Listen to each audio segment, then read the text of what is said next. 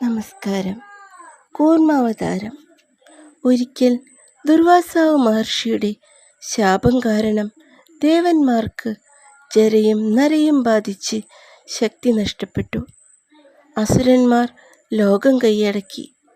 ഇതിന് ഒരേയൊരു പരിഹാരം പാലാഴി കടഞ്ഞ് അമൃതമെടുക്കുക എന്നതായിരുന്നു.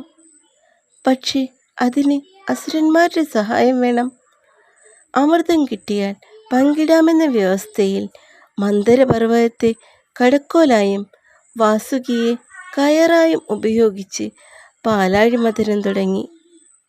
പക്ഷേ സമുദ്രത്തിൻ്റെ അടിത്തട്ടിന് ഉറപ്പില്ലായിരുന്നു. ഭാരം കാരണം മന്ദരപർവ്വതം താഴാൻ തുടങ്ങി. സർവ്വതും പരാജയപ്പെടും എന്ന അവസ്ഥ. അപ്പോഴാണ് ഭഗവാൻ കൂർമ്മം അഥവാ ഭീമാകാരനായ ആമയുടെ രൂപമെടുത്തത്. ലക്ഷക്കണക്കിന് യോജന വിസ്താരമുള്ള തൻ്റെ പുറന്തോടിൽ ഭഗവാൻ ആ പർവ്വതത്തെ താങ്ങി നിർത്തി. മഥനം തുടർന്നു. ആദ്യം വന്നത് ലോകത്തെ നശിപ്പിക്കുന്ന ഹലാഹല വിഷമാണ്. അത് ശിവൻ പാനം ചെയ്തു. പിന്നീട് കാമധേനു, ഐരാവതം, ഉച്ചൈസ്രവസ് തുടങ്ങിയ അമൂല്യ വസ്തുക്കളും മഹാലക്ഷ്മിയും ഉയർന്നു വന്നു.